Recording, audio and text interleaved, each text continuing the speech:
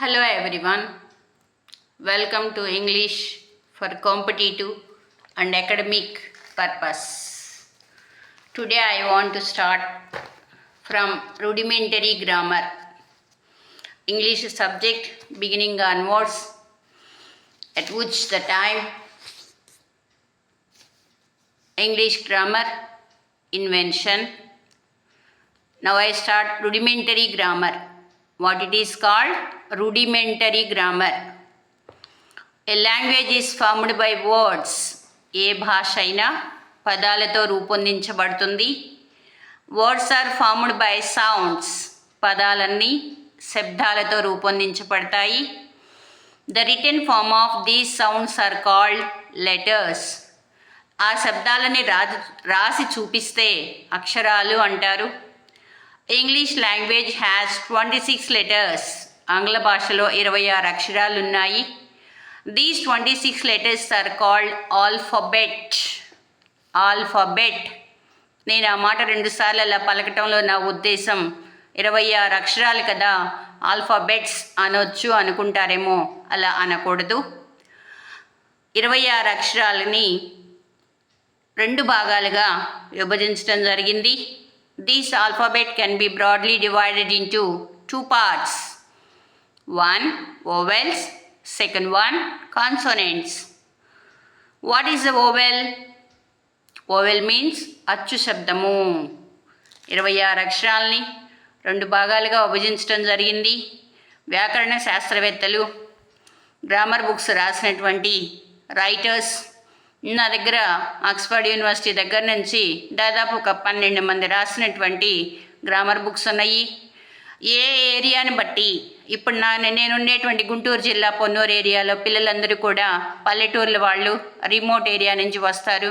వాళ్ళకి ఏ విధంగా చదివితే గ్రామంలో వాళ్ళు మంచి నైపుణ్యాన్ని పట్టుని సాధిస్తారనేటువంటి ఉద్దేశంతో చక్కగా సింపుల్గా నీట్గా నోట్స్ ప్రిపేర్ చేసుకోవడం జరిగింది. ఈరోజు నుంచి నేను ప్రతి ఒక్క అంశాన్ని కూడాను కాంపిటేటివ్ ఎగ్జామ్స్కి, అకాడమిక్ విషయాలకి సంబంధించి గ్రామర్ని షేర్ చేస్తున్నాను. అందుకే ఈరోజు మీకు ఆంగ్ల వ్యాకరణంలో మొట్టమొదటి భాగాన్ని ఈరోజు పెడుతున్నాను. అచ్చు అంటే ఏంటి? Vowel. Vowel is a letter that can be sounded without the help of any other letter. Vowel అనేది ఒక అక్షరము, దాన్ని పలుకుతాము ఏ అక్షరం సహాయం లేకుండా. A E I O U are vowels. ఆంగ్ల భాషలో ఉన్నటువంటి 26 అక్షరాల్లో ఏఈఐఓయు అనేటువంటి అక్షరాలని అచ్చులు అంటారు. Consonant. Consonant is also a letter. It cannot be sounded without the help of a vowel. హల్లు. కాన్సోనెంట్ అంటే హల్లు. ఈ హల్లు శబ్దము మనం పలకలేము ఒక వోవెల్ అచ్చు సహాయం లేకుండా. అచ్చు సహాయము లేకుండా హల్లు శబ్దాన్ని పలకలేము. Bearing the 5 vowels, rest of the 21 letters are consonants. 5 అక్షరాలు ఏఈఐఓయు అనేటువంటి ఆ 5 అచ్చులు ఆ అక్షరాలని మినహాయిస్తే మిగిలిన 21 అక్షరాలని హల్లులు, కాన్సోనెంట్స్ అంటారు. ఇప్పుడు ఒక హల్లు శబ్దాన్ని మనం పలికితే, మనం మొదట పలికేటప్పుడు మొదలు శబ్దం ఏమి వినపడుతుంది, చివరికి ఏమి వినపడుతుంది అనేది మీరు గమనిస్తే, నేను చెప్పినటువంటి నిర్వచనము, డెఫినిషన్, కాన్సోనెంట్ అనే పదానికి నేను చెప్పిన డెఫినిషన్ కరెక్టా కాదా మీకే అర్థమవుతుంది.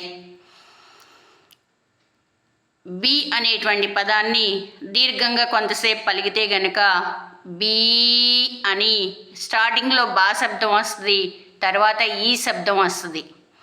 మరి మీకే అర్థమైంది కదా.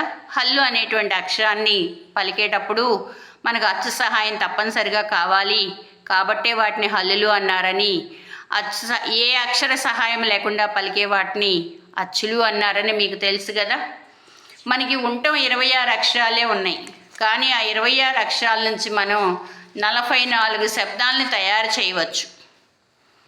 44 సౌండ్స్ వస్తాయి. ఎలా వస్తాయి అంటే 44 కాదు, 45 సౌండ్స్ ఉన్నాయి. ఇంగ్లీష్లో 45 సౌండ్స్ ఉన్నాయి. ఉన్న 26 అక్షరాలకి 45 శబ్దాలు ఎలా వస్తాయి అనే డౌట్ మీకు వస్తుంది. ఇప్పుడు దానికి క్లారిఫికేషన్ చెబుతా. ఓవెల్స్ కూడా 2 టైప్స్ ఉన్నాయి, front vowels, back vowels. Front vowels they are produced at the front part of the tongue.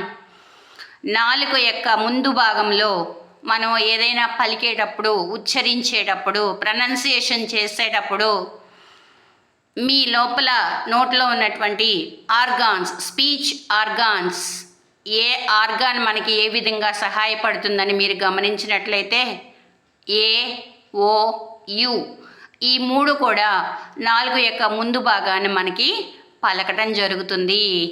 అదేవిధంగా back vowels they are produced at the back part of the tongue. E, I 5 అక్షరాలు అచ్చులు అన్నాము. ఆ 5 అక్షరాలని మళ్ళీ 2 భాగాలుగా విభజించాము. Back vowels, front vowels. A O U అనేవి front vowels, back vowels E I. ఈ విధంగా మనకి 26 letters have 45 sounds in English. Different letters have different double sounds. అంటే కొన్ని అక్షరాలకి 2 శబ్దాలు వస్తాయి, కొన్ని అక్షరాలకి 2 శబ్దాలు వస్తాయి. ఒక చిన్న ఎగ్జాంపుల్ కూడా చెప్తా వినండి. జీ అనేటువంటి ఇంగ్లీష్లో అక్షరాన్ని తీసుకొని if front vowels are used after G it gives the strong sound like గా. ఫ్రంట్ ఓవెల్స్ అంటే ఏంటమ్మా? ఏఓయు అనేటువంటివి ఫ్రంట్ ఓవెల్స్. జీ అనే అక్షరం పక్కన ఫ్రంట్ ఓవెల్ను ఉపయోగిస్తే మనకి స్ట్రాంగ్ సౌండ్ గా అనేటువంటిది వినిపిస్తుంది. For example G A T E gate, G O T got, G U N gun. If back vowels are used after G it gives the soft sound like జా. జీ అనేటువంటి అక్షరం తరువాత బ్యాక్ ఓవెల్ ఈఐ అనేటువంటి వాటిని యూజ్ చేస్తే, ఉపయోగిస్తే మృదువైన శబ్దం వినపడుతుంది. అదే జనరల్ జిఈఎన్ఈఆర్ఏఎల్ జా శబ్దం వస్తుంది. జిఐఎన్ జిన్. ఇప్పుడు ఒక అక్షరానికి నేను 2 శబ్దాలు ఎలా వస్తాయో చూపించాను. దీనిని బట్టి మీకు అర్థమవుతుంది ఏంటంటే మీరు ఇంగ్లీష్లో ఉన్నటువంటి 26 అక్షరాలకి బ్యాక్ ఓవెల్స్, ఫ్రంట్ ఓవెల్స్ వాటి పక్కన యూజ్ చేసి చూస్తే కనుక ఒక 26 కాదు నాన్న, ఏఓయు ఏఈఐఓయు అనే 5 అక్షరాలను పక్కన పెట్టి ఉన్న 21 అక్షరాల పక్కన కూడా ఫ్రంట్ ఓవెల్స్, బ్యాక్ ఓవెల్స్ ఉపయోగించి చూస్తే కనుక 45 శబ్దాలు వస్తాయో రావో మీకే తెలుసుద్ది.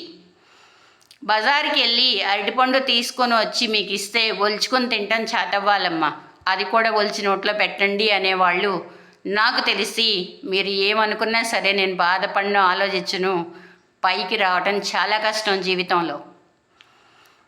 ప్రస్తుతం లెర్నింగ్ స్టేజ్లో ఉన్నారు కాబట్టి అన్నీ మేము అందించాలి, మీకు తప్పేం కాదు. అలా అని చెప్పేసి 45 శబ్దాలు కూడా మీరు తయారు చేసి చూపించండి అంటే దాన్ని మిమ్మల్ని ఏమంటారంటే అన్నీ కూడాను డబ్బుతో ఒకరికి కొనుక్కుంటారు అంటారు, అంతకన్నా ఏమనరమ్మా. ఇప్పుడు మీకు ఫ్రంట్ ఓవెల్స్, బ్యాక్ ఓవెల్స్ ఒక హల్లు శబ్దం పక్కన ఉపయోగిస్తే ఏమవుతుంది, ఏ శబ్దాలు వస్తాయో చూపించాను. తర్వాత మీకు ఇప్పుడు కాన్సోనెంట్ అంటే కూడా ఏంటో చెప్పాను. కాన్సోనెంట్ తర్వాత syllable. Syllable it can be a letter or a group of letters that gives only 1 vowel sound. Syllable అంటే ఒక అక్షరము లేదా కొన్ని అక్షరాల సముదాయము, అది మనకు ఒక అచ్చు శబ్దాన్ని ఇస్తుంది. A syllable is nothing but an vowel sound. A syllable is nothing but an vowel sound.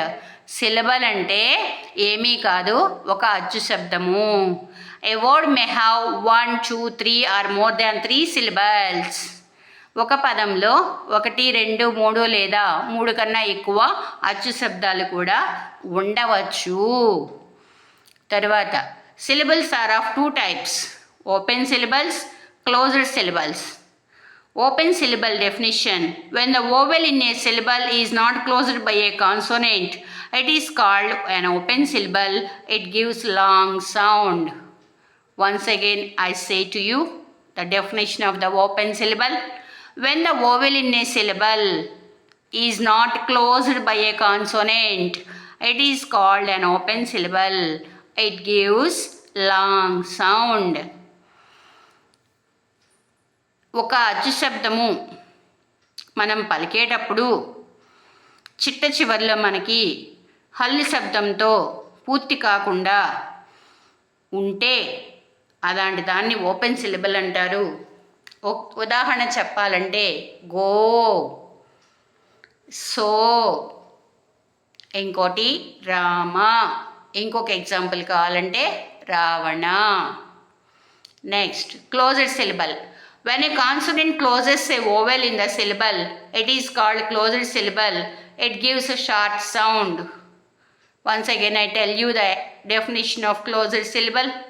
When a consonant closes a vowel in a syllable, it is called closed syllable. It gives short sound. Not, cut, Lakshman, put. నేను ఇప్పుడు చెప్పిన ఎగ్జాంపుల్స్కి, ఇందాక open సిలబల్లో చెప్పిన ఎగ్జాంపుల్స్కి మీరు కనుక చక్కగా నెమ్మదిగా విని అబ్జర్వ్ చేసినట్టయితే ఆ రెండింటి మధ్యలో ఉన్నటువంటి డిఫరెన్స్ ఏంటో మీకు తెలుస్తుంది. నేను ఇప్పుడు మీకు ఈరోజు చెప్పిన టాపిక్ ఏంటి? Rudimentary grammar.